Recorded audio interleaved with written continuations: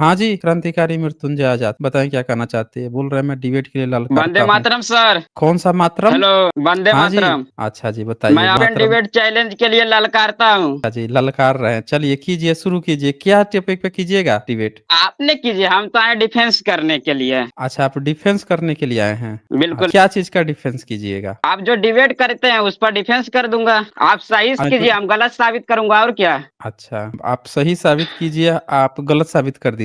मतलब मैं जो सही बोलूँगा हाँ उसको आप गलत साबित कर देंगे। हाँ, उसको हुँ? गलत साबित कर देंगे। हाँ, उम्र आप उम्र बोलिए। क्या है आपका? एज मेरा कितना उम्र है? 22 साल, 22। आप पढ़ाई कोई कितना दिक्कत है पढ़े क्या? हैं? कितना पढ़ाई पढ़ाई हुए पढ़े हैं? मतलब बीए पूरा हो चुका है, एमए में नाम लिखा है। अच्छा, बीए पढ़ चुके हैं, एमए में आप एडमिशन लिए हैं। ठीक है, तो एक मेरा सवाल है उसका जवाब दीजिए, फिर देखते हैं कि क्या आप डिबेट के ये लायक तो हो नहीं हैं। गया, ये तो इंटरव्यू हो गया सर। ये तो आप डिबेट ना हम व्यू बोले, नहीं आप तो लेंगे। इंटरव्यू नहीं, तो फिर ना, तो ना वही बात आपको होगी। आप नहीं नहीं, सुनिए सुनिए। आपने कहा ना आप कि आए, हम शुरू। आपने कहा ना कि आप बीए पढ़े हैं। आपने कहा ना कि आप तो बीए वही पढ़े तो हैं। वो तो वही तरह के बात हो गया ना कि आप हमारे बारे में हुँ, मतलब कि पहले आए फिर पूछे कितना पढ़े हो, कितना टाइम हो हुँ, गई, तो हुँ। वह अलग इंटरव्यू में लिया जाता है। डिबेट के लिए एक ही नियम है कि जब आदमी तलवार के लिए युद्ध में चलता है उसका वही निर्णय देता है। डिबेटर का नहीं, कोई एक नाम और निशान नियम नहीं है। होता है। एक हाँ और बताइए। नियम है इसके साथ। डिबेट के हाँ लिए ना बताइए बताइए। एक योग्यता होती है। जब वेट लिफ्टिंग होती है ना, आप देखे हैं जैसे ओलंपिक में। योग्यता, जब अगर आप ओलंपिक योग्यता की की बात ओल करें। सुन लीजिए, बोलिए ना। तो जब ओलंपिक का खेल होता है ना, तो कोई 70 किलो का है तो उसका एक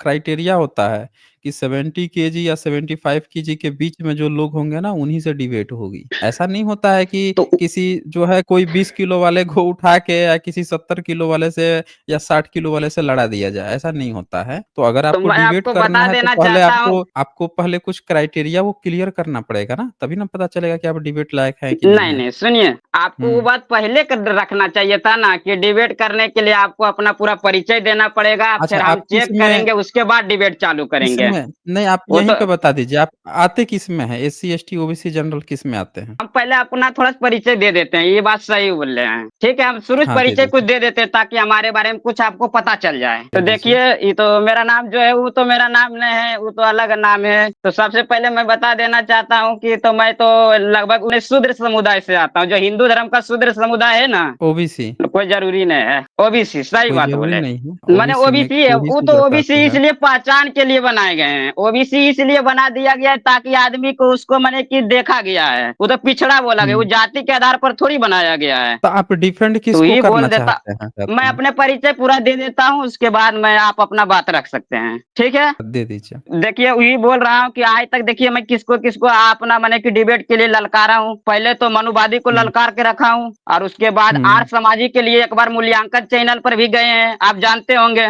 नहीं, हम नहीं। मूल्यांकन आप चैनल अपना के बात बारे में आप नहीं बताते जानते हैं, जाइए। जो आर्य, हाँ, आर्य आप समाजी के अपनी पास पूरी गए बात थे। रखते जाइए। हाँ, और माने कि पूरी बात ब्राह्मण के बताते एकदम जाइए। घोर नफरतकारी हैं, घोर नास्तिक हैं। लगभग अभी तक हुई हुँ, माने कि 75 से 76 डिबेट किए हैं, और डिबेट के लिए हम नियम बना दिए हैं कि जीतने पर 1 लाख का इनाम है डायरेक्ट। कारण कि डिबेट के लिए वो इंसान क्यों आएगा, जब तक उसको लोभ नहीं आएगा तब तक वो आइबे नहीं करेगा। मनुवादी वो निश्चित है, तो उसको हम लोभ के लिए 1 लाख का डिबेट रखे हैं, एकदम कि जीतने पर 1 लाख का लेके जाऊं। और एक बात और कुछ बता देना चाहता हूँ कि तो ही मैंने कि लगभग 25 या 26 गो सवर को मार चुके हैं भी, समझ रहे हैं ना। क्या चीज़ को मार चुके हैं? सवर नहीं जानते हैं। मार चुके मतलब मर्डर कर दिए हैं? खत्म, वही मेरा खत्म तरीका मतलब? है कि मैंने खत्म मतलब कैसे खुल के मैं बात करूं। मतलब आप समझ रहे हैं, जो बात बोले ना वही बात है। हुँ। होता क्या है, मैंने वो एगो मारता है तो इधर से 10 गो मराता है, 10 गो मारते, वही मेरा तरीका भी है, समझ रहे हैं ना। नहीं, मैं नहीं समझ पा रहा हूँ, इसको थोड़ा खुल के बताइए। मतलब वो क्या आपकी आपकी क्या मारता है, आप उसकी क्या मारते हैं? मैं समझ नहीं पा रहा हूँ, पूरा बताइए। एक बार हत्या, हत्या के जानते हैं, हत्या किसे कहते हैं? जहां मिलो, जंगल अच्छा। राज का नाम सुने हैं कि जहां पर जहां जो मिले उसको मार दो, जंगल राज की हालत होले। होता क्या है कि हमारा समुदाय मतलब हमारा और उसके बीच बड़ा नफरत है, सवर्ण के बीच एकदम लड़ाई चल रहा है। तो उसी बीच में हम अच्छा, तो कह रहे हैं ना कि 25 से 26 को खाली हम मारे हैं एकदम, और हमारा और मतलब कुछ दोस्त जो है मतलब। आप ये कहना हाँ, चाह रहे हैं कि आप 25-26 हत्या कर चुके हैं, आप ये बोल रहे हैं? हत्या ने हुँ। माने कि हम माने कि सेल्फ डिफेंस दिए हैं, हम हत्या नहीं किए। वो मारने आता है तब मारते हैं, ऐसा बात नहीं कि हम कहीं पर जाके मारते हैं। वो माने कि आता है मारने के लिए तो उसके बाद मार के उसको निपटा देते हैं। अच्छा, मतलब आपको कोई जो अपने को कहता है कि हम स्वर्ण हैं और आपको ना कोई कहता है कहता कि है कि आप हम नीची सवर्ण है, जाति के तुम हो शूद्र हो, ऐसे बोलता है और तुम तो शूद्र हो, तुमको माने कि खेती करवाएंगे तो अब मिल जाता है कलाम, तो अच्छा। चल जाता है के बार यमराज की बेटी से शादी करवा देते थे बढ़िया शंभू, हम के तरीका का लड़का, हम समझ गए कि ऐसे वो आदमी मानने वाला नहीं है। बल का जहाँ यूज करेगा अच्छा। वहां पर बल का यूज करेंगे, जहाँ पर बुद्धि का यूज करेगा वहां बुद्धि का यूज करेंगे। तो आपको नहीं लगता यहाँ है खाली कि अगर आप आपकी जो सोच है, आपकी जो इतनी खतरनाक सोच है, इसका कुछ नेगेटिव इम्पैक्ट पड़ सकता है? आपको नहीं लगता है? किस पर किसी पे भी नेगेटिव इम्पैक्ट पड़ सकता मैं है। आपको आपको मैं बताऊं एक बात, बोलिए। अब मैं आपको 1000 ऐसा प्रमाण दे सकता हूं जिस पर दलित समुदाय पर एकदम मैंने ब्राह्मणों सवर्णों के द्वारा अत्याचार किया गया, पुलिस के द्वारा अत्याचार किया। मैं आपको प्रूफ दे सकता हूं, मैंने कि सीसीटीवी कैमरा दिखा सकता हूं, मोबाइल से बना वीडियो दिखा सकता हूं। उसको मार दिया जाता है तो हम हुँ। छोड़ देंगे? अगर इस दुनिया नहीं, अगर मैंने कि भारत को अगर कोई रोक सकता है, कारण एससी एसटी अभी उतना मैंने मजबूत नहीं है। अगर ओबीसी अगर नहीं मैंने क्या ओबीसी टक्कर देने के भी लायक है। अभी ओबीसी अगर सुधर गया तो टक्कर दे सकता है, सवर्ण का अगर कोई टक्कर दे सकता है तो अभी तत्काल ओबीसी है। और एससी एसटी भी हुँ, उसको भी किसी का सपोर्टर चाहिए, वो अकेला नहीं दे पाएगा।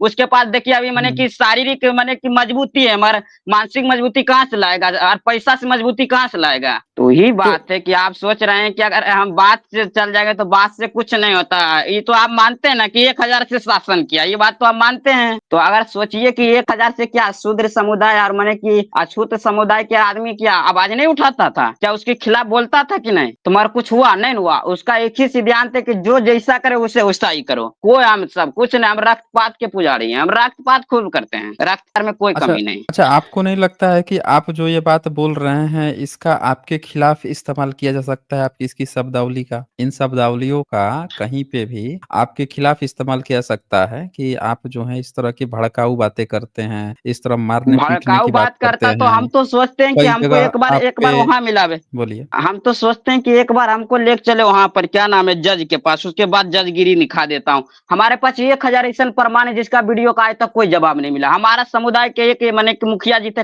आज मारा गया और हम चुप रहेंगे? चुप रहने का कोई उपाय ही नहीं है। वो उधर जाके झारखंडी बाबा जानते हैं झारखंड के बारे में? हेलो, बोलिए, मैं सुन रहा हूँ। हाँ, बोलिए, मैं सुन रहा हूँ। झारखंड के हाँ, झारखंडी बाबा के पास कल शाम को मैंने सवर्ण 3 गो ले गया था। उसके बाद वहां पर अच्छा। जाके वो बेचारे मैंने कि थे मैंने 55 साल के, तो की करता था हुँ। वो इंसान सवर्ण को टक्कर देने वाला था। तो उसको जाके वो अच्छा। इंसान के थे भी इंसान थे, अब वो जानबे करते कि दुश्मनी जानबे करते कि ऊपर वाला के लड़िएगा तो दुश्मनी बढ़िए जाएगा। तो हमारा हुँ, सपोर्ट हुँ। था, मगर वो इंसान वहां गए, वहां के बाद उसको दारू पिला के मैंने उस तरह की बात कर दिया गया। उस तरह के बात करके उनको मार के, वो नदी है, वो नदी है नाम को तो हमें उतना अभी पता नहीं है, मैंने याद था अभी नहीं याद है, तो उसमें दोहा दिया गया। ये आज का घटना है, समझ रहे हैं? क्या लगता है हुँ, कि हुँ। हमारा खून ठंडा रहेगा इस हालत में? हमारा खून ठंडा नहीं रहेगा, है ना? कि जब क्रांतिकारी जिसके आगू में लग जाता है वो मृत्यु से नहीं डरता है। फांसी चढ़ा दे, लेकिन मैं बर्दाश्त करने के लायक मगर नहीं हूँ। फांसी से हमें डरो देखिए, नहीं लगता जब है। जब उम्र कम जब रहती है ना, सोचिए, आपको 18 मान साल। लीजिए कि आपके देखिए, बहन 18 साल जो है, पूरी बात सुनिए। जब उम्र जो है 18 साल, 20 साल, 22 साल रहती है ना, तो खून में उबाल बहुत ज़्यादा रहता है, एक्सपीरियंस कम रहता है, जानकारी कम रहती है, आगे-पीछे उसके परिणाम क्या हैं, वो तो सबसे यहाँ जो ज़रूरी बात होती है ना, वो बोलने की होती है। आप ध्यान से अगर देखेंगे, तो जो षड्यंत्रकारी है, वो कभी बोलता नहीं है। आप बताइए, आपने किसी भी जो आरएसएस है, उसका जो संघ संचालक हैं, मोहन भागवत, कभी उनके मुँह से सुने हैं कभी कि किसी को मार दो, काट दो, हत्या कर दो? कभी सुने हैं आपने? क्यों? क्रांतिकारी मृत्युंजय, जैसे देखिए, बोलिए। जो माने कि वो सब उस सब हिजड़ा के अंतर्गत आता है। वो हुआ कि माने कि वो पीछे वाला वो सब अंग्रेज नहीं, का इस तरह नियोग की पुत्र है, हम शब्द अंग्रेज का थोड़ी है। नहीं, इस तरह की शब्दावली नहीं, गलत शब्दावली मत इस्तेमाल कीजिए। हम लोग आलोचना करते हैं किसी का, लेकिन गलत शब्दावली के साथ नहीं। जो लिमिटेशन है, जो जैसे मर्यादा है डिबेट की, उसको बनाए अच्छा, रखिए, चलिए चलिए हम तभी आपसे बात चलिए होगी ना। अगर हुँ। जैसे देखिए आप ऐसे ही बात बोले, जैसे हम पुत्र क्यों बोल रहे हैं कि पुत्र का क्या मतलब है कि बाप और बेटा का गुण मिलता है। आप जाके देखिए दोनों का गुण नहीं मिलेगा तब बात कीजिएगा। ये थोड़ी हुआ कि हम ड्रामाबाजी कर रहे हैं कि जो मन जिसके बारे में हम आलोचना करें। हम आलोचना नहीं, हम वास्तविक बता रहे हैं। हम आलोचना थोड़ी कर रहे हैं हुँ। किसी का, किसी से क्यों आलोचना करेंगे? हमें किसी इंसान से कोई नफरत नहीं, हमें इंसान उसके विचार से लड़ाई है। हमें जब आदमी जन्म लेता है तो कोई मतलब नहीं, उसका विचार से हमें लड़ाई हो जाता है। वो कहता है हमें ओबीसी माने कि हम सवर्ण है, तुम शूद्र हो। शुद्ध रही है तो ये बरियार होगा, देखा जाएगा। हाँ, हमें आप किसी इंसान आप से कोई अच्छा नफरत नहीं, हर इंसान। एक प्रोवर्ब है, एक कहावत कही जाती है, जो बादल गरजते हैं सो बरसते नहीं है। इसका क्या मतलब होता है? ये सब कहावत क्या, ये सब कुछ है ही नहीं, ये सब कुछ न हिंदी व्याकरण का एक मतलब की वाक्य है यार, इससे ज्यादा भी इसको कुछ वो नहीं करते हैं और हमें कोई मतलब वो नहीं है इस सब से। इस सब को हम ये जानते हैं कि देवनागरी लिपि के हिंदी भाषा का एक वाक्य है कि जो बदलता है कहता है, बोलने दो, बोलने वाला काम है। और मनुवादी के माने की विचार है, वो मेरा विचार नहीं है, वो ब्राह्मण फिलोसफी है, हुँ। हमारा कोई फिलोसफी और सबसे नहीं। हम सब जो बोलेंगे वो अच्छा, साइंटिफिक बोलेंगे। उधम सिंह के उधम नाम सिंह सुने हैं? उधम सिंह एक ऐसा इंसान थे ना, मतलब कि अंग्रेज के घर पर जाके, ये जो 1919 का क्रांति हुआ था, जलियांवाला बाग हत्याकांड, तो जो इंसान करवाए थे, नाम तो थोड़ा सा मैंने कि अभी ध्यान में नहीं है, मगर बता सकता हूँ लेकिन अभी ध्यान में नहीं है। तो वो इंसान वहां के घर में जाके, अंग्रेज के घर में जाके गोली मार दिया था। तो वो भी इंसान सोचता कि मर जाने के बाद क्या होता। तो उसके बाद से उनके साथ क्या हुआ था और किस क्या हालातों में अधिक उन्होंने से अधिक मारा क्या था? कर दे, अधिक से अधिक चंद्रशेखर आजाद के नाम सुने, कैसे खुद के गोली मार लिया लेकिन झुके नहीं। झुक जाएंगे, कैसे झुक जाएंगे? मृत्यु स्वीकार है चंद्रशेखर लेकिन झुकना पसंद नहीं है। चंद्रशेखर आजाद तिवारी जो हैं, उनकी मुखबरी एक ब्राह्मण ने तिवारी किया मत था। बोले, बिल्कुल उनको तिवारी के दृष्टिकोण से आप मत देखिए, इसलिए वो मेरा समुदाय बने नहीं, मगर वो इंसान आज तक कभी तिवारी के दृष्टिकोण से अपने नहीं रखे हैं। तिवारी के तो दृष्टिकोण से वो रखते तो अपने समुदाय में कभी शूद्र को नहीं रखते हैं। चंद्रशेखर आजाद जो हैं, उनका फ़ोटो आपने कभी देखा है? बिल्कुल देखा हूँ। तो उनका फ़ोटो किस तरह से रहता है? उनका इमेज जो बनाया जाता है, वो किस तरह से रहता है? ज़रा ये नज़र डालिए तो मैं आपको स्क्रीन पे दिखाता हूँ। और वो एक ब्राह्मण थे और एक ब्राह्मण को हम मरवाने में जानते हैं कोई एक दूसरे तिवारी ब्राह्मण परिवार ने के, तो ये बात हम जानते हैं। एक दूसरे हम्म, ब्राह्मण जो है उसका हाथ था और वो हम भी चूँकि जानते हैं, उनका नाम भी जानते हैं, मगर क्यों नाम ले उनका, हम भी हाँ, इतना हमें भी ये पता है देखिए, जब हम किस। ये देखिए, ये जो स्क्रीन पे हाँ इनको जनेऊ पहने हुए दिखाया जा रहा है। दिखाया जा रहा है ना? हाँ जनेऊ पहने हैं। अब आप एक हाँ, बात तो क्या बताइए दिक्कत क्या कि है? आप जनेऊ पहनते हैं? हमें जरूरत ही नहीं, हम क्यों पढ़े पाने जनेऊ, हम तो कम से कम चीज का उपयोग इनको करते क्या ताकि ज़रूरत हमारा थी? जो उपयोगी चीज है। इनको किस चीज़ के लिए ज़रूरत थी? देखिए, ये जो समय आप बता रहे हैं, उस समय धर्मवाद एकदम उच्च चरम सीमा पर था, जिसके कारण वो आदमी चाह के भी अपना माने कि हटा नहीं सकता। लेकिन वो इंसान के अगर गुण आप देखिएगा तो उस तरह का भेदभाव नहीं किए, जैसे आज का ब्राह्मण भेदभाव कर रहा है, वैसे भेदभाव कभी नहीं किए हैं। अच्छा, ये क्या करते अगर थे? भेदभाव करते हैं तो चंद्रशेखर जो अंत में हैं, तिवारी लगा के चलते हैं। ये चंद्रशेखर क्या करते थे बेसिकली? जनेऊ लगा के तो दिखाया जा रहा है कि जनेऊ लगा के घूम रहे हैं। तिवारी नहीं लगाए हैं, लेकिन लगाए हैं वो जनेऊ। लेकिन करते क्या अच्छा, थे हम ये? अपना इनकी उपलब्धि क्या है? अच्छा छोड़िए, वो इनकी तो क्या उपलब्धि है? उस समय क्या करते थे तो ये कोई नहीं बता सकता, ये हम बता देते हैं हुँ, कि उस समय क्या करते वो कोई बता नहीं सकता। वो निष्कर्ष बने निकाल सकते हैं कि जेनुई देख करके हुँ। मैंने इस हुआ अच्छा, होगा, कैसे लेकिन उस समय का मृत्यु किस। कैसे हुई थी इनकी? तो खुद गोली मार लिए थे, मैंने कि जानते ही होंगे आप भी, अंतिम बता देता हूँ। मतलब आप ये कह रहे हैं कि इन्होंने सुसाइड कर लिया था? नहीं नहीं नहीं, सुसाइड इनको नहीं कहते, बलिदान कहते हैं। सुसाइड बलिदान अच्छा, में बहुत अंतर है। हिटलर ने क्या नहीं, किया था? सुसाइड हिटलर है, की मृत्यु बलिदान भी कैसे एक हुई तरह का थी? सुसाइड है। हिटलर की मृत्यु कैसे हुई थी? तो हमें देखिए नहीं पता है, हम साफ बोलते हैं कि हमें नहीं पता है, हमें हर आदमी को नहीं पता। हमको जो अनिवार्य चीज है जो हमारे जीवन को एकदम ऊपर ले जा सकता है उसी को रखते हैं, बाकी किसी से कोई मतलब नहीं, हमारे जो अच्छा, कोई जीवन बात को मैंने नहीं है। सुरक्षित रखे। उधम सिंह जो हैं, उन्होंने जालियांवाला हत्याकांड के कितने साल बाद बदला लिया था? देखिए, हमको एक्यूरेट डेट तो नहीं पता है, लेकिन ये बात आप यहाँ से देखिए, हम एक ये बताइए कि डेट क्यों लिखा जाता है, ये आप बताइए। जो डेट पूछ रहे हुँ, हैं तो ये बताइए कि डेट की लिखना क्या जरूरी था, चाहते तो इसी लिख देते, मैंने डेट लिखने से क्या प्रभाव क्या पड़ा, ये बताइए। जालियांवाला हत्याकांड देखिए, कब हुआ था? 13 अप्रैल 1919 को हुआ था तुम। 1919 को हुआ था, है ना? हाँ, तो वही बात 1900 बोले हैं कि 1919 को हुआ था और उधम सिंह ने गोली मारी थी 1940 में। 1940, हाँ ये बात हमको भी पता है, 1940। तो बताइए कि 20-21 साल बाद उन्होंने गोली मारी और जिसने काम करवाया था वो तो मर चुका था। तो गोली किसको मारे थे वो? गोली उमर गया था। जिसको जो जनरल जनरल डायर। डायर था हाँ, जनरल डायर को थोड़े गोली मारा था किसको गोली मारा था उन्होंने? तो बदला के बदला वो मारेगा तो हम छोड़ देंगे थोड़ी, वो सब नियम नहीं चलता है, वो मारा एगो के तो एगो इधर भी मरेगा, तब ये नहीं, बदला के किसको बदला बरोबर मारा? रहेगा। हम ये पूछ रहे हैं कि 20-22 साल चले गए क्या ये? देखिए ये चले गए ये भाग गई हैं। आपको पहले ये बात तो समझिए ना कि उधम सिंह एक एससी क्लास के वर्ग के व्यक्ति थे, जिनको 21 साल बाद उनको किसी ने चढ़ा के, जो व्यक्ति नहीं था, तो किसी दूसरे की हत्या करवा दी गई और वो हत्या कर भी दिए, पकड़े गए, उनको बहुत बुरी तरह से उनको टॉर्चर किया गया, आ गए हैं ये। हाँ, हाँ जी मृत्युंजय जी। कि हमको एक्यूरेट डेट भी पता नहीं यार, हम जान के क्या करेंगे? किसी इंसान का दो शब्द का नाम है, हमें क्या मतलब है दुनिया से? अच्छा आप ही नहीं, बताइए कि मतलब कि आपके जो जो बताइए। आइडियल हैं, पहले आप पूरी बात समझिए ना।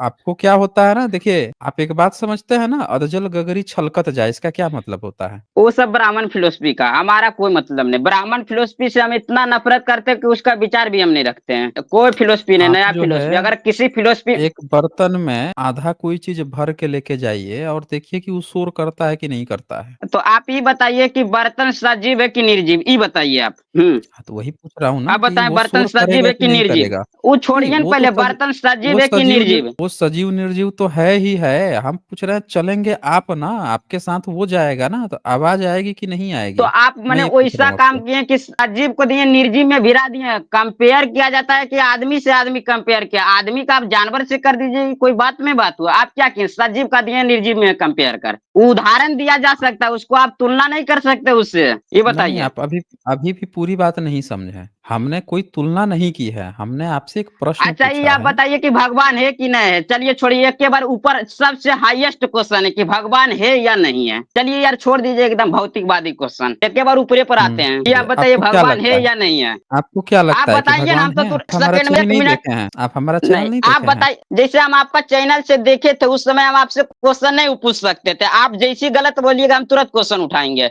तो उस समय मैं क्या करता? मैं देखा हूँ आपका हर स्ट्रीम देखा हूँ, तब फिर आया हूँ। हाँ, तो हमारे यहाँ कोई ईश्वर, अल्लाह गॉड नहीं माना जाता ना, तो हमसे पूछ रहे हैं आप पहले ईश्वर कि कौन है ये ईश्वर है बता कि नहीं है। दीजिए। जब हमारे यहाँ इस तरह की कोई चीज अस्तित्व में ही नहीं है, तो हम कैसे बताएंगे? आप बता दीजिए, आपका ईश्वर कौन सा है? अच्छा ये बताइए, आपके कभी जानवर को ईश्वर बोलते देखे हैं? कभी उनको हम्म। पूजा करते या किसी तरह के बात करते? कभी शेर को देखे हैं कि ईश्वर को बोल रहा है कि मैं ईश्वर हूँ, मुझे ईश्वर की इच्छा है? कभी देखे ईश्वर ईश्वर करते हुए? अभी भी आप मेरी बात समझ नहीं पा रहे हैं। आपने जितनी अभी तक जितनी भी बातें कही है ना, उससे 2-3 चीजें एकदम क्लियर कट है कि आप कुछ मुद्दों पर ना बेहद ही कंफ्यूज हैं। आपने कभी हम एक उठाकर, आप रुक जाइए, मेरी बात पूरी सुनिए। आप देखिए कंफ्यूज कहाँ-कहाँ पे हैं। पहली चीज तो आप ये कंफ्यूज हैं कि आपका कोई आइडियल फिक्स नहीं है, और जिसको आप आइडियल मान रहे हैं, उनके चरित्र पे आप ध्यान नहीं दे रहे हैं। आपने उधम सिंह का एग्जाम्पल दिया। उधम सिंह एक एससी व्यक्ति से रिलेटेड हैं, जिनको चने की झाड़ पर चढ़ा के कुछ कम्युनिस्टों ने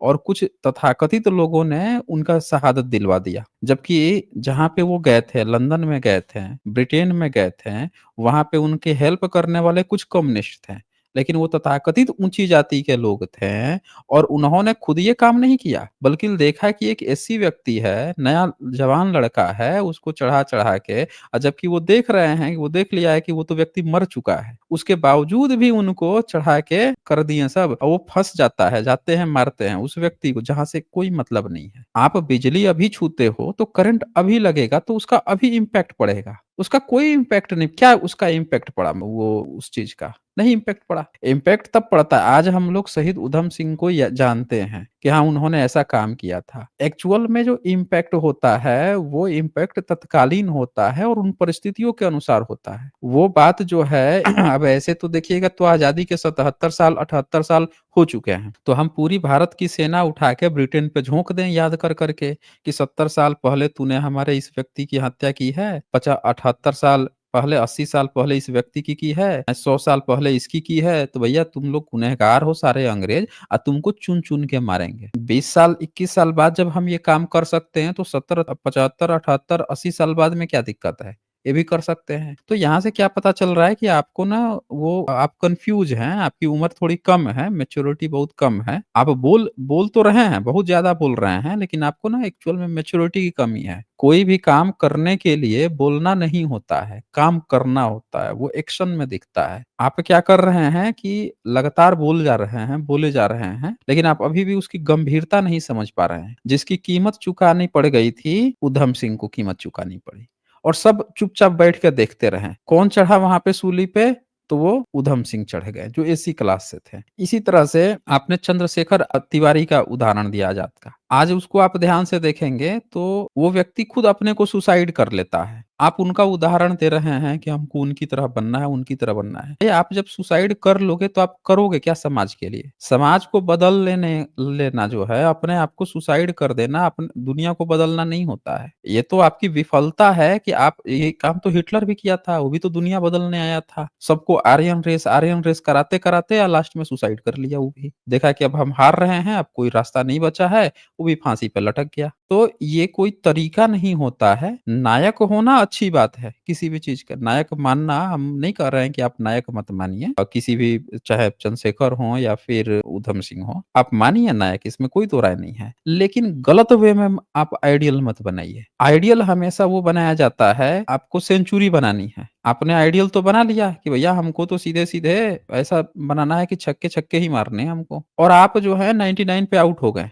100 नहीं लगा पाए, फ़ायदा क्या हुआ फिर उसका? कोई फ़ायदा नहीं है। तो आप अपनी एनर्जी जो आपके अंदर है उसका सदुपयोग कीजिए। सदुपयोग इन द सेंस क्या होता है कि आप पहले अच्छे से बाबा साहब को पढ़िए, तथागत बुद्ध को पढ़िए। ये सब वो वाली भाषाएँ हैं, बेवकूफ़ों वाली भाषाएँ हैं। वो सारे बेवकूफ़ जो आपको बताते हैं कि हम बहुत बड़े धुरंधर हैं, बहुत बड़े धुरंधर हैं, सबकी बोलती मुगलों के समय में, मुस्लिम शासन काल में, अंग्रेज़ों के शासन काल में सबने देखी है। सब उनके लिए सेना बन-बन के लड़ाई किए हैं सब, उनके तरफ से लड़ाई किए हैं। कोई मुगल के तरफ से लड़ रहा था, कोई अंग्रेज के तरफ से लड़ रहा था, किसी की मुँह नहीं खोलती थी। तो इसीलिए आप जो है बहुत ज़्यादा बोलना कोई वो नहीं है। आप क्या कीजिए कि अपने को पहले ना अपने अंदर चेंज लाइए, अगर वास्तव में आप बदलना चाहते हैं दुनिया को तो। मार पीटना, मार दूँगा, काट दूँगा, ये कर दूँगा, ये सब शब्दावलियों से कोई बदलाव नहीं होता है। समझ रहे हैं ना? वो चंबल वाली कहानियाँ नहीं है कि इसने तूने हमारे घर के खानदान को मारा, तो मैं तेरे घर के खानदान को मारूँगा।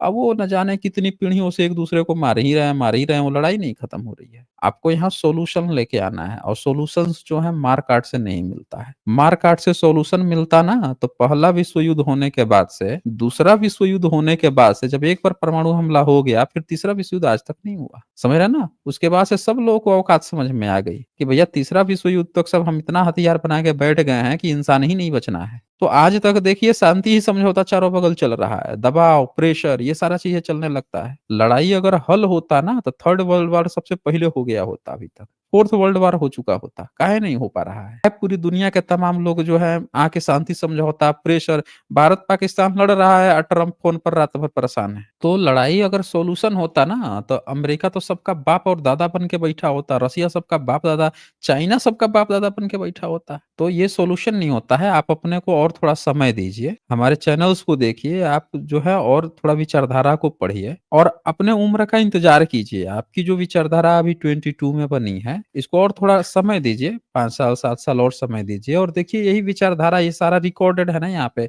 दोबारा सुनिएगा आज से।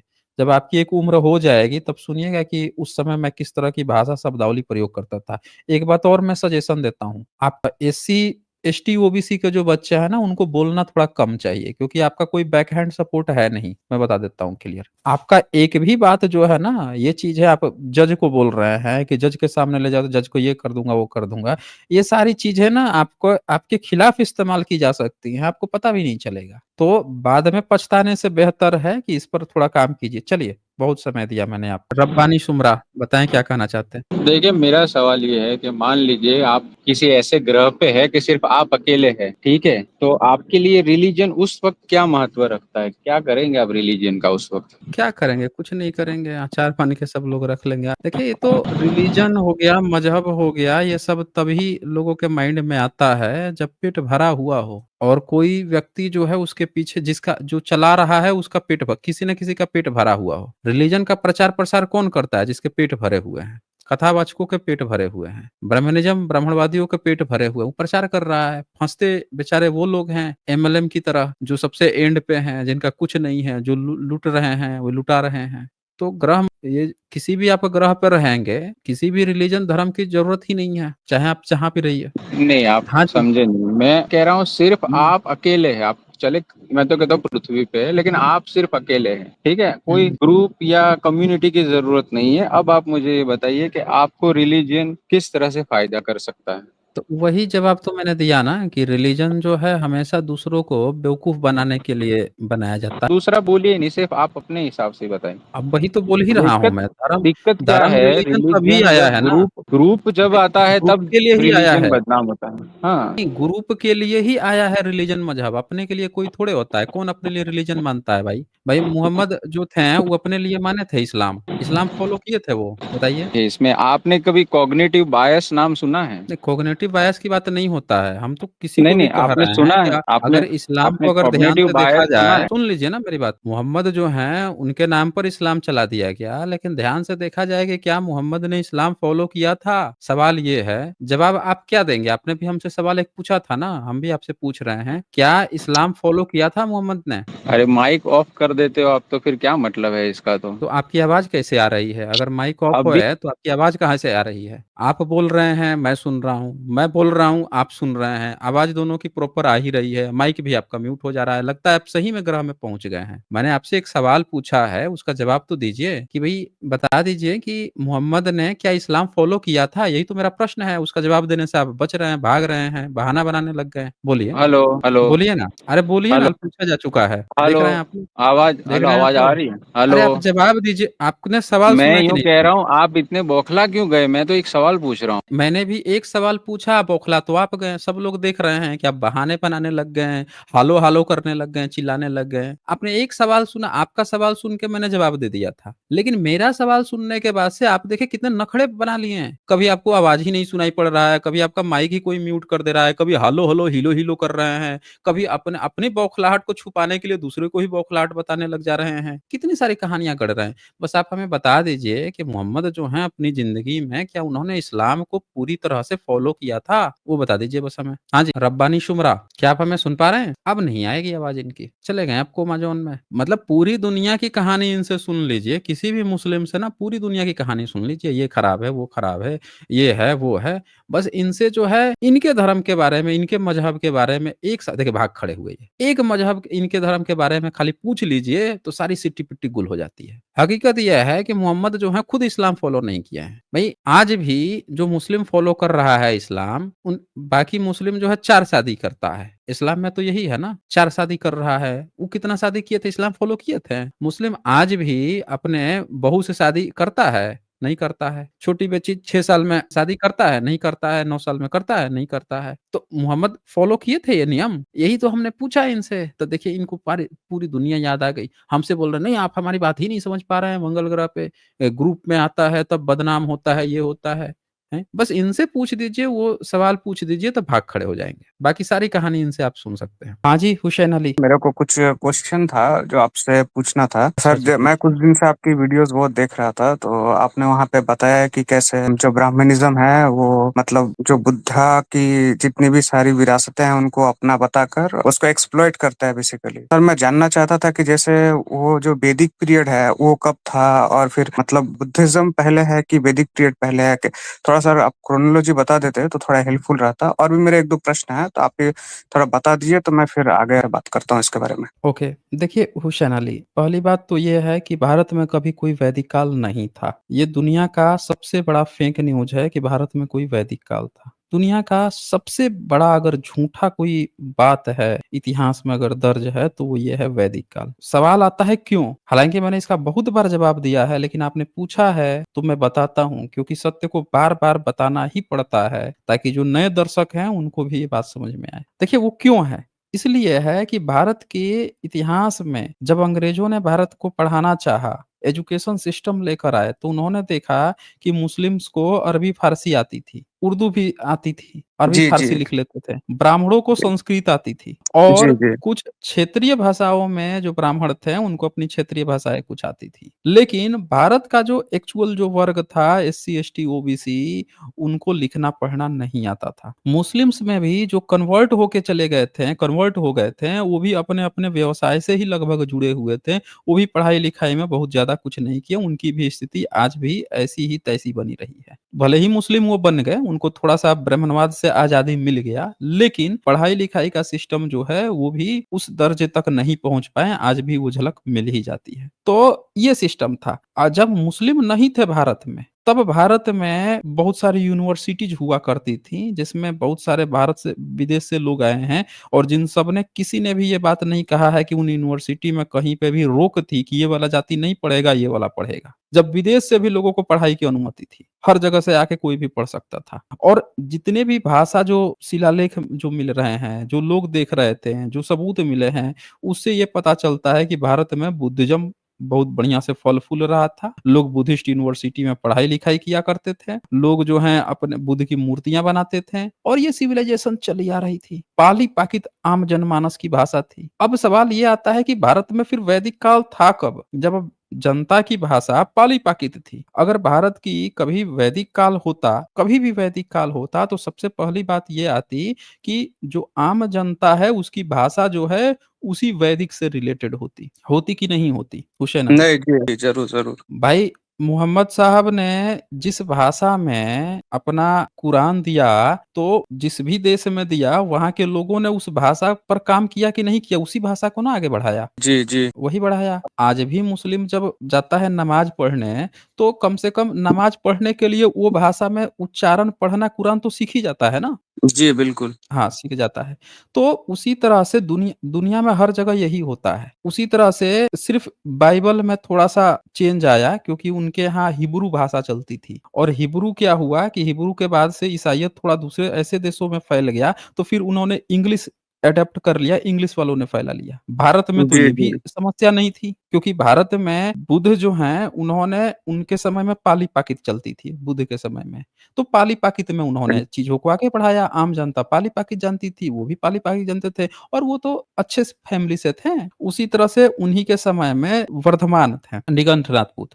उनकी भी जो बातें हैं, वो भी पाली-पाकित में चली हैं। जैन धर्म वाले, वो भी अच्छा जी। पाली-पाकित में लिखते हाँ। हैं। तो हुँ। भारत की जनता भी उस समय पाली-पाकित समझती थी। अब बताइए कि उनसे पहले अगर 2600 साल से पहले वैदिक नाम का कोई कालखंड होता, तो उन दोनों के समय में पाली-पाकित सारे लोग कैसे जानते थे? अब पाली-पाकित इतना डेवलप कैसे थी कि उस समय 2-2 नए-नए मतलब नए क्या पहले से चले आ रहे थे पूर्व बुद्ध लोगों के समय से, वो उसी पाली-पाकित में अपनी चीज़ों को दे दिए। पहले से ब्राह्मणों का कोई वैदिक धर्म भारत में चला आ रहा होता, तो आम जनता अगले 1000 साल में वैदिक भाषा सीख गई होती। सीख जाती कि नहीं सीख हाँ। जाती? जी, जी, जी। सीखती ना। तो सर नहीं जी। नहीं तो दूसरी बात ये होती कि ब्राह्मण अगर वैदिक भाषा किसी दूसरे देश से भारत में लेके आता, तो कम से कम पाली-पाकित में आके अनुवाद करा देता या फिर यहाँ के लोगों को वैदिक संस्कृत सिखा देता। 2 ही तो चीज़ होती ना। हुँ, हुँ, हुँ। यही चीज़ होती। तो जैसे सर मुस्लिम भारत में आए, तो जी। उन्होंने अरबी फ़ारसी लेकर आए। तो यहाँ के लोगों को कम से कम कुरान अरबी फ़ारसी में सिखा दिए। अब बाकी जो है लिखा-पढ़ी और काम यहाँ की भाषा में कर लिए। यही तो होता है ना? तो भई जी। ब्राह्मण अगर वैदिक संस्कृत कहीं विदेश से लेके आए होते, तो या तो यहाँ के लोगों को सिखाते और या फिर यहाँ पे यहाँ की भाषा में उसका ट्रांसलेट करके लोगों को बता देते ताकि यहाँ के लोग जानते। अब यहाँ की भाषा ऑलरेडी पाली-पाकित है, तो इससे ये पता चलता है कि कभी भारत के लोग वैदिक थे ही नहीं, ना वेद वैदिक से इनका कुछ लेना-देना है। अंग्रेज़ों के अच्छा। समय तक नहीं लेना-देना है, कुछ नहीं लेना-देना है, पूरे भारत के किसी मूल निवासी किसी का भी। तो जो ये क्लेम करते हैं मतलब जो वैदिक काल क्लेम किया जाता है कि एक ऐसा वैदिक काल था, तो पहली बात तो कि मतलब इसके लिए उनके पास क्या ठोस एविडेंस है जिसके कारण वो ये क्लेम कर पाते हैं कि हमारा एक वैदिक काल था? और दूसरा नंबर कि अगर वो संस्कृत या ऐसा कोई लैंग्वेज अगर बाहर से नहीं लेकर आए तो क्या वो पाली प्राकृतिक भाषा है जिसको कि इन्होंने डेवलप करके बता दिया ये संस्कृत भाषा है? और ये मतलब जो भी ये ब्राह्मणिज़्म है जो इसको फॉलो करते हैं, क्या वो यहाँ के मूल निवासी नहीं थे? क्या मतलब कहीं और से उन्होंने इन्वेट किया था या क्या है सर इसका थोड़ा अगर बता पाते तो आप? देखिए, आपका जो पहला प्रश्न था ऋग्वेद का, ऋग्वेदिक कालीन। हाँ, मतलब जो वैदिक मतलब वो बताता है कि हमारा एक वैदिक काल था, एक वैदिक पीरियड था।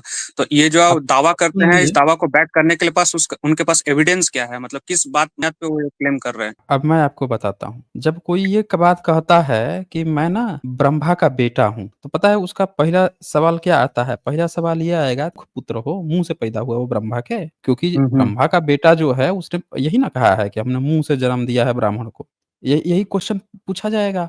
तो इसी तरह से जब कोई हुँ, ब्राह्मण ये कहेगा कि हमारा कोई ऋग्वैदिक काल था या हमारा कोई वैदिक काल था, तो उससे पहला सवाल हुँ। पता है क्या पूछा जाएगा? अच्छा तो तुम विदेशी हो, विदेश से आए हो? सेंस पूछिए क्यों? लॉजिकल है। हाँ, जी, जी। हुँ, हाँ, क्योंकि इन इनके ग्रंथ में कहीं भी कोई वैदिक काल की चर्चा ही नहीं है। पूरे अच्छा, मतलब ब्राह्मणों के उनके टेक्स्ट किसी बुक भी में ही किताब ये में अच्छा, अच्छा, अच्छा। हाँ, पूरे ब्राह्मण के किसी भी किताब में कोई वैदिक काल था आज से 3 साढ़े 3 हज़ार साल पहले या कभी भी इसकी कहीं कोई चर्चा नहीं है। ये पूरी तरह से हुँ, वैदिक काल की स्थापना की गई है ब्राह्मण विदेशी दिखाने के लिए। अच्छा, अच्छा, ब्राह्मण जो ओके। है उसने अपने को कहा जब यहाँ का इतिहास पता लगाया जा रहा था तो भारत में बुद्ध से पहले कोई इतिहास ही नहीं मिल रहा था। अब बुद्धिस्ट लोग भारत में थे नहीं, ध्यान से सुनिएगा। जी, जी, भारत जी, में समझा मैं। बुद्धिस्ट लोग नहीं थे, ब्राह्मण था। हुँ, अब ब्राह्मण से अंग्रेज ने पूछा कि भैया तुम्हारा क्या इतिहास है? तो ब्राह्मण ने कहा कि हम तो यहाँ के हमारा हमारा ही इतिहास है यहाँ पे, सब कुछ हमारा है। तो अंग्रेजों ने खोदना शुरू किया, जमीन खोदा तो उसे मिले बुद्ध और उसके बाद से मिल गए जैन। अब अंग्रेजों ने पूछा कि अबे यहाँ तो बुद्ध मिल रहे हैं, जैन मिल रहे हैं, उनकी भाषा पाली पाकित मिल रही है, तेरा ना संस्कृत मिल रहा है ना तेरा कोई इतिहास मिल रहा है कहाँ से बे तू? तो हुँ, हुँ, हुँ। उसने क्या कहा, ब्राह्मणों ने क्या कहा, दरअसल महाराज हम ना बुद्ध से पहले के हैं और आप मान लीजिए अच्छा, आप ही के खून के हैं, आप ही हाँ, के हाँ, हाँ। खून के, हम भी बाहर से आए हैं। ये ब्राह्मणों ने खुद अच्छा, स्वीकार किया कि हम बाहर से, सावरकर को देखिए ना हिंदुत्व में कहता है। आप 1873 की किताब ज्योतिराव फूले जी जो ओबीसी वर्ग से थे उनकी किताब पढ़िए। उन्होंने क्या कहा अच्छा, कि अंग्रेजों ने भी बताया है कि विदेश से आया है, अब ब्राह्मण भी कहते हैं कि हम विदेश से आए हैं। ये प्रमाणित हो चुका है कि विदेश से आए हैं। तो ब्राह्मणों ने खुद कहना शुरू किया कि जैसे अंग्रेज आप इतने अच्छे व्यक्ति हैं ना, इतना टैलेंट हैं, इतना टैलेंट हमारे अंदर भी है क्योंकि हम भी आप ही की तरफ विदेश से आए हैं। अच्छा, समझ रहे अच्छा। हाँ, हाँ, हैं? समझा, समझा, समझा। तो इन्होंने तो हुँ, उसने पूछा कि कैसे कैसे हम मान लें कि तू विदेश से आया है? तो इन्होंने हुँ। पता है क्या बताया था उस समय? उन्होंने कहा कि ये जो बुद्धिज़्म में बमन और समन आ रहे हैं ना, अंग्रेजों ने खोज किया था। हाँ, मेगास्थनीज़ का हाँ, हाँ। इंडिका देखा, बमन-समन मिला, सम्राट अशोक का इंस्क्रिप्शन पढ़ा गया, उसमें भी बमन-समन मिला। तो ब्राह्मणों ने ये क्लेम किया कि बुद्धिज़्म में जो बमन-शमन है ना, तो बुद्धिज़्म में जो बमन है ना, वो दरअसल हमारी बात कर रहे हैं। अब इसी से समझ लीजिए कि हम उन लोगों से पुराने हैं। मतलब इन्होंने वो ब्राह्मणों ने खुद क्लेम कर दिया बुद्धिज़्म से अपने को पुराना साबित करने के लिए कि बुद्ध की किताबें, बुद्धिज़्म की किताबें हमारी बात करती थी। समझ अच्छा। रहे हैं मेरी बात को? जी, जी, जी। जैसे वो जो जैसे बमन उसको बता दिया कि ये ब्राह्मण के लिए यूज़ हुआ है, जो हाँ, बमन अब बमन का मतलब पहले अनुवाद किया गया ब्राह्मण और फिर ये अच्छा। क्लेम इन लोगों ने क्या कर दिया कि वो दरअसल बुद्धिस्ट लोग का ना कोई काम-धंधा था नहीं, दिन भर हमारी ही बातें करते थे। देखिए ना बुद्धिस्ट लोग हुँ, हुँ। हमारी कितनी रिस्पेक्ट करते थे, हर जगह कहते थे बमन की रिस्पेक्ट करो, ये सम्राट अशोक कहते थे कि बमन का रिस्पेक्ट करो। इन लोगों उस समय बुद्धिस्ट लोग वहाँ थे नहीं समझाने वाला कि अबे नहीं, नहीं, नहीं ये बमन इसको हम लोग नहीं बोलते थे। कोई हुँ, हुँ, बुद्धिस्ट नहीं हुँ। था उस समय। तो हुँ, हुँ, ब्राह्मणों हुँ, ने हुँ। सेल्फ क्लेम कर दिया कि हमारी बात करते थे बुद्धिस्ट। तो उस समय लोग जो हैं पूछ ही नहीं पाए किसी से, किसी के पास इतनी अकल ही नहीं थी कि पूछ पाते कि अबे एक बात बता, वो तेरी बात करते थे तो तू भी उनकी बात किया होगा ना? भाई वो तो मर मिट बट गए, उनके पास खप कोई गए। एविडेंस नहीं मिला इस चीज़ के हाँ, हाँ, रिगार्डिंग। वो तो मर गए, खप गए। उनका तो कोई एविडेंस ही हाँ। नहीं है, ये तो तू ना बता रहा है, तो तू भी अपनी हुँ, हुँ। किताब में उनकी तो ज़रूर बात किया होगा। जब वो हुँ, इतना हुँ। फैक्ट देते थे कि सम्राट अशोक इंस्क्रिप्शन में लिखवा रहे हैं, बमन-शमन का रिस्पेक्ट करो, तो भाई तू हुँ। भी तो जब अकबर की चापलूसिता के गीत गा सकता है, जब दिन-रात तू चचनामा में मोहम्मद बिन कासिम के चापलूसिता के गीत गा सकता है, तो भाई तूने अशोक के भी कसीदे गाए होंगे, जब उन्होंने तुझे हुँ, रिस्पेक्ट हुँ। दिया है तो? तो हुँ, बता हुँ, कहाँ हुँ। दिया है? तो अब इनका मुँह ही सूख गया। ऐसा लगा किसी ने हाथ डाल के पूरा इनका किडनी, लीवर, हार्ट सब चीज़ एक ही बार में खींच लिया हो शरीर के अंदर से। प्राण ही इनके सूख गए। समझ में नहीं आया कि अबे! ये क्या? तो इन्होंने एक और फेक न्यूज़ फैलाई कि हमारे जो उपनिषद है ना, ये बुद्ध ने उपनिषद से ज्ञान लिए थे। एक तरफ हमारे ऋषि उपनिषद लिखते थे और दूसरी तरफ अच्छा। बुद्ध वाले जो उससे ज्ञान लेते थे। तो किसी ने पूछ दिया कि अच्छा ये बात है, तो एक बात बता हाँ। उपनिषद में तो कहीं बुद्ध का ज़िक्र किया होगा? भई इनके पर उप समकालीन कहीं हैं, ज़िक्र मिलता जैसे बुध का। जैसे जैसे बुद्धिज़्म वाले तेरी चर्चा किए हैं, तो तू भी हाँ, उनके हाँ। समकालीन में उनकी अपने समकालीन की चर्चा किया होगा। भई करते हुँ। हैं ना? मान नहीं, लेते हैं हाँ, कि तो अगर वो इतना आप रिस्पेक्ट दे आपका रहे हैं तो इनको भी देना चाहिए। मान लीजिए जब कुरान लिखा गया, तो कुरान से हुँ। पहले ईसाई थे, यहूदी थे ना? कुरान में जी, जी। चर्चा आई कि नहीं आई दोनों की? जी, दोनों की आई है। जी। दोनों की चर्चा आई। तो भाई जब बुद्ध के समय में तू बैठ के लिख रहा था उपनिषद, तो तूने बुद्धिज़्म का, जैनिज़्म का उसमें ज़िक्र तो ज़रूर किया होगा, बता भाई। हाँ तूने ये तो ज़रूर ज़िक्र किया होगा कि भाई देखो बुद्धिस्ट लोगों से ना हम डिबेट करने जाते थे और बुद्धिस्ट से डिबेट होती थी तो हम देखो जीत जाते थे या हार जाते थे, कुछ तो लिखा होगा, कुछ तो हाँ किया होगा। तो जब ये पूछा गया अब फिर से उनको ऐसा लगा कि किसी ने उनके बहुत नाज़ुक अंग पे कुछ गलत गरम-गरम चीज़ें रख दी हों। होश फाख्ता हो गए इनके, इनको समझ में नहीं आ रहा कि हम्म जवाब तो दे। अभी तक तो बुद्धिस्ट कोई है नहीं, तो उसकी किताब को तोड़-मरोड़ के अपना-अपना बता रहे थे कि हमारी बात कर रहा है, हमारी बात कर रहा है। अब आप खुद बताइए आपकी कुरान की किताब लेके या कोई दूसरा जो आपके धर्म से बिलॉन्ग नहीं करता हो, वो व्यक्ति उसकी हम्म व्याख्या कर दे कि देखो ये सब हमारे बारे में लिखा है। कोई वहाँ पे है हम्म, ही नहीं मुस्लिम बताने वाला कि भैया उसमें किसकी बात चल रही है। तो वो क्या जी बात सही हो जाएगी? नहीं तो पूरा मिस रिप्रेजेंटेशन होगा उसका। मिसरिप्रेजेंटेशन होगा।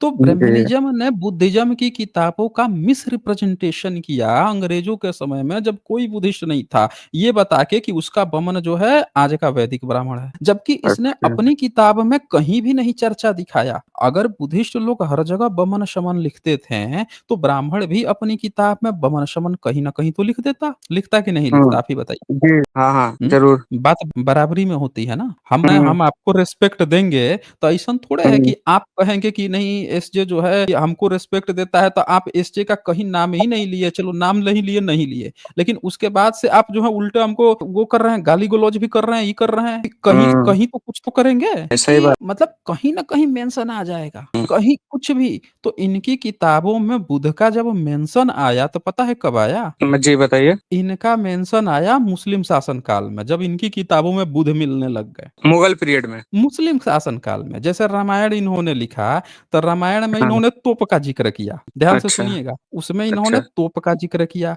और उसी किताब में इन्होंने फिर बुध का भी ज़िक्र किया, जिसको कह रहे हैं कि बुध जो है नास्तिक है, चोर है, दंडनीय है, चोर के समान दंडनीय है। मतलब बहुत गलत शब्दावली का प्रयोग किया गया नीचा दिखाने के लिए। मतलब आप ये ध्यान से देखिएगा, एक बार को हम्म ब्राह्मण कह रहा है कि बुद्धिस्ट लोग तो हमको बहुत रिस्पेक्ट देते थे, हर जगह रिस्पेक्ट हम्म देते थे। तो भाई एक हम्म बता, अगर बुद्धिस्ट लोग तुझको इतनी रिस्पेक्ट देते थे, तो तू अपनी किताब में गाली काहे दे रहा है उनको? और वो हम्म भी किताब इन्होंने बहुत बाद में लिखी, इनके पहले के किताब में तो ज़िक्र ही नहीं है। मतलब समझ नहीं गए समझ हैं? में जी जी। कहने का मतलब ये है कि इनकी सारी किताबें ही मुस्लिम शासन काल के बाद लिखी गई और ये तब तक बुद्धिज़्म के विरोध में खड़े हुए, इनका धर्म ही बुद्धिज़्म के विरोध में खड़ा हुआ और ये बुद्ध को गाली देते हुए पाए गए।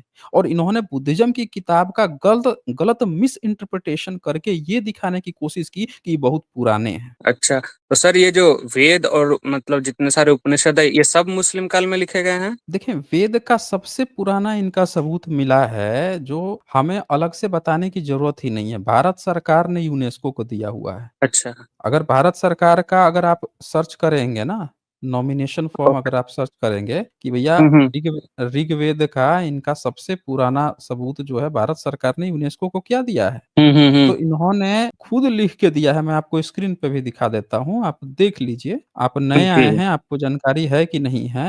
भाई भारत सरकार दे रहा है ना, भारत सरकार का जो वो है यूनेस्को को दे रहा है कि देखो भैया हमारे पास सबसे पुरानी चीज़ कितनी पुरानी है, ये देखिए आप अपनी आँखों से। मेमोरी ऑफ द अच्छा वर्ल्ड रजिस्टर। ऋग्वेद संहिता वर्ल्ड रजिस्टर, दुनिया का जो सबसे हम्म बड़ा वर्ल्ड रजिस्टर बताया जा रहा है, इसमें हम्म ऋग्वेद का ये सबूत दे रहे हैं और देखिए ये डेट क्या बताते हैं। ये भंडारकर ओरिएंटल इंस्टीट्यूट जहाँ सारे मैन्युस्क्रिप्ट रखी जाती है, वो दे रहा है और ये देखिए आइडेंटिटी एंड डिस्क्रिप्शन ये बताते हम्म हैं ऋग्वेद संहिता टाइटल है, 30 मैन्युस्क्रिप्ट है और 30 हम्म। मैन्युस्क्रिप्ट में से सबसे जो पुराना इनका है, देखिए ओल्डेस्ट डेटेड मैन्युस्क्रिप्ट ये है 1464 एडी। 1064 एडी एनो डोमिनी। अच्छा हाँ, 1064 यानी कि मतलब ये से कम। 1464 बाबर के हाँ हाँ आने हाँ से हाँ। 1526 में बाबर आया, उससे हम्म। पहले का जो वंश चल रहा है, तुगलक हम्म और लोधी के बीच का, वही इनका सबसे पुराना अच्छा मिला सबूत। अच्छा। अब आप सही जो हो गया सर हैं सही हो गया। समझ गए? अब आप समझ गया। सर्च कीजिए oldest Buddhist manuscript. Think sir मैं इस टैब से अगर मैं बाहर जाता हूँ तो आई थिंक ये डिस्कनेक्ट हो जाएगा, पर अगर आप दिखा पाते तो बढ़िया है क्योंकि मैं सर ट्रस्ट करता हूँ आपको, मैंने आपका देखा है सर स्ट्रीम, तो आप बता दिए तो कोई बढ़िया रहेगा। कोई बात नहीं है, मैं आपको सिंपल एक सर्च करके गूगल पे दिखा देता हूँ। जी सिंपल सर्च चलेगा। आप सभी पता लगा लीजिएगा, किसी भी हम्म। सोर्स से आप पता लगा लीजिएगा। मैंने एक सिंपल बस सर्च मारा, कोई जो पेज आ जाएगा वही दिखा देता हूँ। ये देखिए, ये मैंने सर्च ओके। मार दिया और इसमें जो पेज आया इसमें, हम्म, उसको मैंने यहाँ इन पे शेयर कर दिया है। ठीक है? बिफोर क्राइस्ट, अच्छा, ओके। ये देखिए, ये ये ईसा ओल्ड पूर्व में मिला है, मैन्युस्क्रिप्ट हाँ, अच्छा। ये देखिए the Gandhara Buddhist text are considered the oldest Buddhist manuscript discovered to date dating from approximately 1st century BC to 3rd century C. यानी पहली हम्म, से 3री सदी के बीच तक का, ईसा से पूर्व हम्म, पहली सदी, ईसा से भी हम्म, पहले से लेके या 3री सेंचुरी के बीच तक का। और आप ये देख लीजिए प्रेजेंट डे ये पाकिस्तान में आज वो क्षेत्र है जहाँ से मिला है। अब आप खुद हम्म, देखिए, अपनी आँख से देखिए कि बुद्धिस्ट जी। का ईसा से भी पहले का मैन्युस्क्रिप्ट मिल रहा है। इनका सबसे पुराना मैन्युस्क्रिप्ट कब मिल रहा है? 15वीं सदी में। 15वीं हम्म, सदी में। अब आप बता दीजिए कि 15वीं सदी में ही ये जब रामायण लिखते हैं, तोप की चर्चा करते हैं, बुद्ध की चर्चा कर रहे हैं, गाली-गलौज दे रहे हैं, देवनागरी लिपि से पहले का कोई लिपि नहीं जानते हैं ये। सम्राट अशोक का इंस्क्रिप्शन मिलता है ईसा से 250-300 साल पहले का, आज से हम्म, साल पुराना, और उसमें भी हम्म। पाली-पाकिता बुद्धिज़्म की बुद्ध की बातें लिखी हैं। इनका तो कुछ मिलता ही नहीं, तो कैसे इनका वैदिक काल कैसे हम पुराना मान लें? सबूत भी नहीं, तो सही होना बात है चाहिए। सर। इनको तो मतलब अशोका के बारे में भी शायद नहीं पता था। वो तो शायद ब्रिटिश आए उसके बाद उन्होंने मतलब रिसर्च किया बहुत ज्यादा, तो फिर उनको पता चला इसके बारे में। तो इनके अब स्क्रिप्चर्स में इनका भी कोई मतलब उल्लेख नहीं मिलता, मेरी जहाँ तक नॉलेज है। अब बताइए, आप खुद सोचिए, मेगास्थनीज भारत में हम्म, आया था, हम्म, मेगास्थनीज। तो मेगास्थनीज ने पूरे अपने कहीं किसी किताब में नहीं लिखा कि भारत में ब्राह्मण नाम की एक प्रजाति पाई जाती है, जो वेद उपनिषद पीढ़ी दर पीढ़ी गपोड़ के लेके आती है। कहीं नहीं उसने, समझ ठीक रहे है हैं? सर, जी जी, ये पॉइंट क्लियर हो गया सर। मेरा एक दूसरा पॉइंट हुँ। था, वो मैं आपके किस में देख रहा था, आपके स्ट्रीम में देखा था सर, जहाँ पे आपने बताया था कि शायद ये जो मतलब यादव थे, वो शायद अपने आप को पहले ग्वाला लिखते थे या क्या, मतलब पहले उनको ग्वाला कहा जाता था या ऐसा कुछ। तो अगर आप वो पॉइंट थोड़ा क्लियर कर पाते। आपने शायद वो एक मतलब एक मूवी है जॉनी एलएलबी, जहाँ पे एक शायद अगर आप देखे होंगे तो अक्षय कुमार को किसी को कटघरे में खड़ा करता है और उससे पूछता है कि तुम्हारा ये क्या है, गोत्र क्या है, ये क्या है, मतलब बहुत कुछ पूछता है।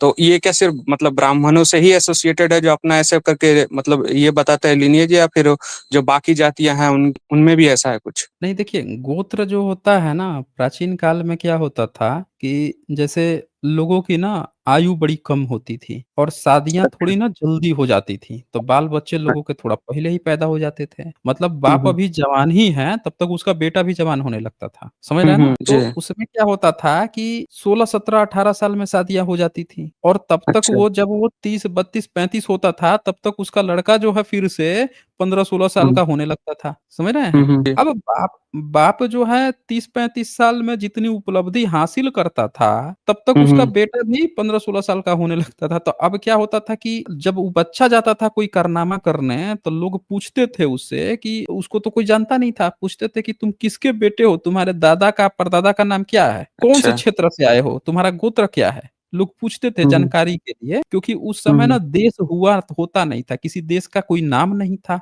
हम्म, समझ अब जी। कह दिया जाए दक्षिण देश है, पूरब देश है, हम्म, तो पूरब देश में को पूरब में तो बहुत सारे देश हैं, अलग-अलग कबीले हैं, कौन से कहाँ से कैसे पता चलेगा? तो हर एक हम्म, कबीला क्या करता था, अपना एक वो बना लेता था कि हमारा कबीला ना हमारे इस महापुरुष के नाम से जाना जाएगा। अब वही उनका गोत्र कहलाता था कि हम अच्छा, इसी गोत्र अच्छा, के लोग हैं, तो ये पहचान होती थी, समझ रहे हैं अच्छा, ना? हाँ, अच्छा। एक ही देश में अलग-अलग कबीले के हर कबीला अपना एक कुल देवता, कुल देवी की पूजा करता था, समझ अच्छा, रहे हैं ना? हाँ, अच्छा, अच्छा। तो ये पहचान होती थी उस कबीले की, कुल देवता यानी ये हैं। अब कहेगा दक्षिण देश में भैया कितना कबीले हैं, किसका नाम याद रखिएगा?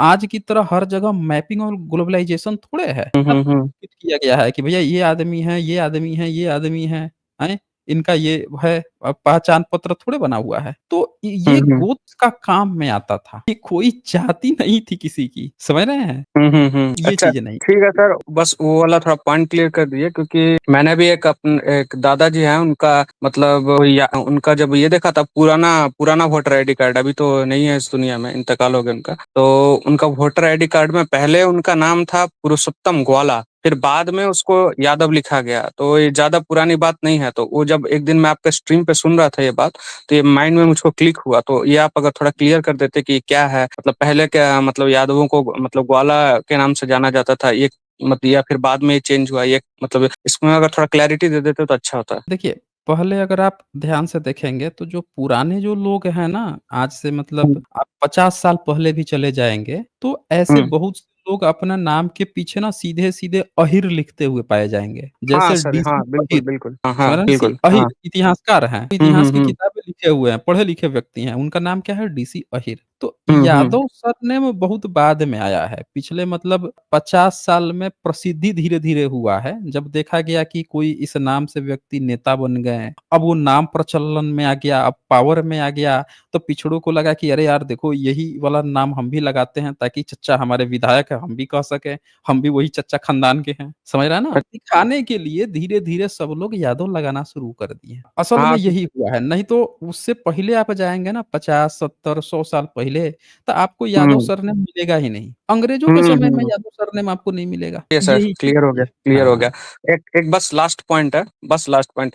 ये वीडियो मैंने आपका कल या परसों में देखा है, तो उसमें आप शायद किसी से डिस्कशन कर रहे थे और राम सेतु के वहाँ पे, ये जो राम की सेतु थे तो राम बाण चढ़ाते हैं और बाण चढ़ा मतलब जब रास्ता नहीं देता है समुद्र, बाण चढ़ाते हैं और बाण चढ़ाकर बोलते हैं कि जल सुखा देंगे, हमको रास्ता दो। तो वो कहते हैं कि उधर कोई अभीर का कबीला रहता है, वो बहुत दुष्ट जन है, तो आप और वो दुष्ट जन मेरा पानी पीते हैं। ये बात शायद उसमें उल्लेख किया गया है कि मेरा पानी पीता है। तो वो जब मैं सुना तो मेरे दिमाग में ये सवाल आया कि अगर वो उस तट पे बैठे हुए थे जहाँ से उनको श्रीलंका की तरफ जाना था, तो सर समुद्र का पानी तो नमकीन होता है, तो वो कौन सा समुद्र है जिसका वो पानी पीने की बात करते हैं? और ये घटना कहाँ की है जो बनाते हैं बताते हैं कि लंका है ही, श्रीलंका है, वहीं पे रावण लेके गया था, वहीं पे वो अशोक वाटिका, ये सब बताते हैं। तो ये कहाँ की चर्चा हो रही है सर? क्योंकि उस समय देखिए मेरे दिमाग में एक प्रश्न आया कि अगर वो बोल रहा है कि ये समय मेरा पानी पीते हैं समुद्र का, तो समुद्र का पानी तो कोई नहीं पीता है, तो समुद्र का पानी तो नमकीन होता है। तो मैं दिमाग में आया, तो मैं सोचा कि कभी मौका मिलेगा तो आपसे इस बात को पूछेंगे। तो कहाँ की ये मतलब हो रही थी, मतलब घटना कहाँ की है, या ऐसे ही जैसे गपोड़ लिखते हैं वो भी ऐसे ही लिख दिया है कुछ भी बिना सोचे समझे? देखिए, असल में क्या होता है ना, बड़ी-बड़ी जो नदियाँ होती हैं, उनको दरिया कहा जाता है, जी, दरिया। दरिया खा रही। हाँ, तो ये घटना जो है ना, जो राम वाली है, ये जातक कथा में लिखी गई थी, तो उस समय जातक कथा में जो दरिया थी ना, वो दरिया हम्म। थी गंगा, अच्छा, अच्छा, समझ रहे हैं? कि गंगा, आप जातक कथा पढ़ेंगे, तो उसमें आप अच्छा, देखेंगे कि दशरथ जो है, वो बनारस का राजा था, वाराणसी का। सम्राट अशोक के इंस्क्रिप्शन में वाराणसी शब्द आया हुआ है। इन लोगों ने बाद में उसको काशी-काशी कह के नाम बदलने की भी कोशिश की थी। यहाँ अच्छा। पे आप ये देखिए, बुद्धिज़्म तो सबसे पुराना है। अब हाँ, बुद्धिज़्म हाँ। की जातक कथा में जगह का नाम वाराणसी है। अयोध्या तो है ही नहीं नाम। ये तो बाद में अच्छा, लाके चिपका दिया गया। तो इन हाँ, लोगों ने गलत ढंग से गलत बातें खूब प्रोपेगेट करने की कोशिश की, लेकिन सत्य कितना देर तक छुपता? तो 2022 में संसद भवन में कुछ लोगों ने पूछ लिया। जब हम लोग खूब हम्म, जोरों-शोरों से प्रचार किए ना, मेरा नंबर ही वीडियो था। 2019 में मैंने एक वीडियो बनाया था, जिसमें मैंने सबूतों के साथ दिखाया कि राम सेतु पूरी तरह से काल्पनिक है, उसका रामायण से कुछ भी लेना-देना नहीं है। जब ये चीज़ अच्छा। मैंने दिखा, तो पता है क्या हुआ उसके बाद से? ये चीज़ जी जब मैंने बताइए। दिखा दी, हाँ, तो उसका असर ये पड़ा कि धीरे-धीरे जागरूकता आई। अच्छा, 2022 में संसद में जब किसी ने पूछा, तो देखिए ये जवाब दिया गया। बीबीसी न्यूज़ ने छापा है, पढ़ सकते हैं क्या लिखा है? केंद्र सरकार ने संसद में कहा राम सेतु होने के अब तक पुख्ता प्रमाण नहीं। और पता है ये बात इन्होंने कब कही है? ये कब कही है? ये बात कही है, डेट निकालता हूँ, 23 दिसंबर 2022 में 2000। छपा है। अरे गजब।